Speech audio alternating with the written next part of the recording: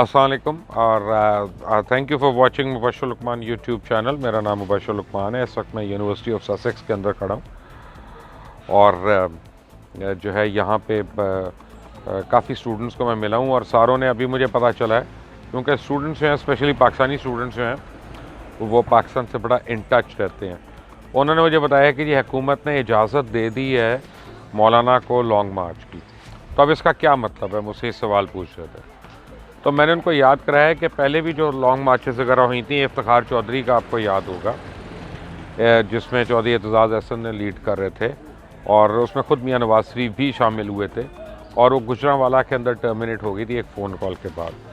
और फिर एक और थी जो 2 दिन जाके जिस पर तकरीरें हुई थी और उसके बाद वो वहाँ से टर्मिनेट हो गई थी।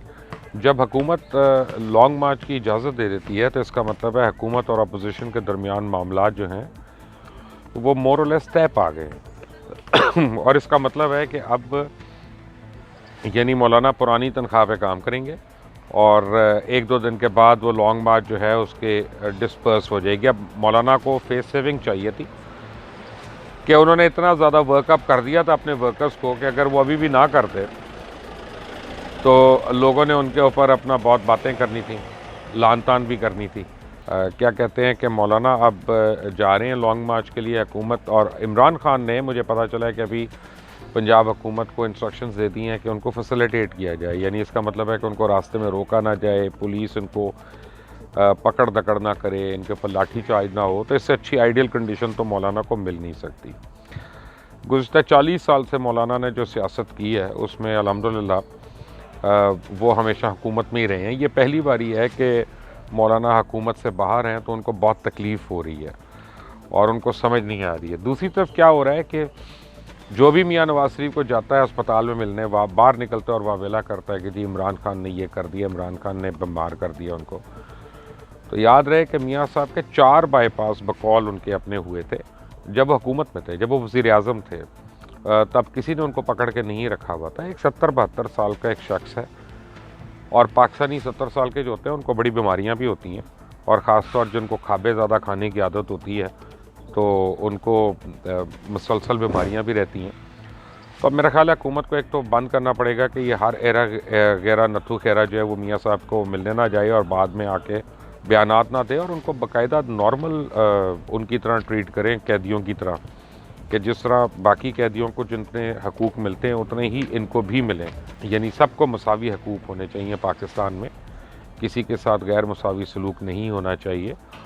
और मियां नवाज शरीफ के मौलिज को उनसे दूर रखना चाहिए। जैसे मैंने कहा कि उसने पहली गलत दवाइयाँ दे दी और ब्लेम जो है वो हुकूमत के डॉक्टर से पड़ता है, और अब प्रॉपर चाहिए हुकूमत को बोर्ड बना दे उनका और उस बोर्ड के तहत सब कुछ हो, और जिसको भी रिपोर्ट्स दिखानी है वो बोर्ड की रिपोर्ट्स दिखाएँ और बाहर भेजें। और ये जो क्वैक्स टाइप डॉक्टर्स हैं कि जो वैसे तो जीपी हैं, जनरल फिजिशियन हैं, लेकिन वो आके कार्डियोलॉजिस्ट की जगह काम कर रहे हैं। बहुत खूबसूरत मौसम है इस वक्त ब्राइटन में, और यानी इसलिए भी खूबसूरत है कि आप देख रहे हैं कि बादल भी आए हुए हैं लेकिन हवा ज़्यादा नहीं चल रही है, तो उसकी वजह से वो वाली ठंड नहीं है जो हो जाती है यहाँ पे अक्सर। I mean it becomes very freezing.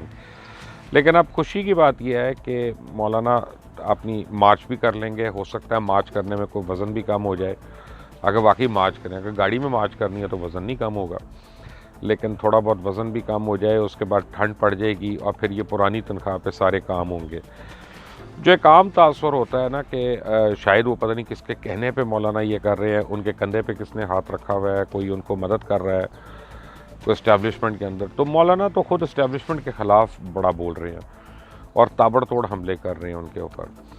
तो ये तो ख्याल अपने जहन से निकाल दें कि उनको कोई ना कोई हेल्प कर रहा है, कोई ना कोई मदद कर रहा है, और मौलाना अपनी ज़िंदगी की आखिरी इनिंग्स खेलने जा रहे हैं।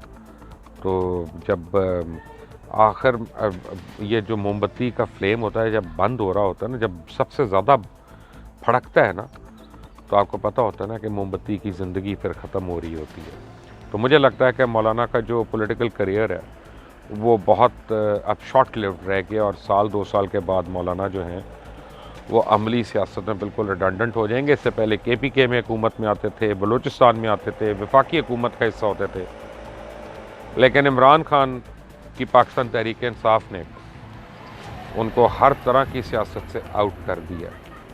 आने वाले दिनों में क्या होता है, will keep you posted, but stay tuned, stay updated. इस चैनल को सब्सक्राइब करना मत भूलिएगा, बेल आइकॉन को ज़रूर प्रेस करें। प्लीज़ लोगों से वीडियोस ज़्यादा से ज़्यादा शेयर करें और नीचे अपने कमेंट ज़रूर दीजिएगा। अनटिल द नेक्स्ट टाइम, अल्लाह हाफिज़।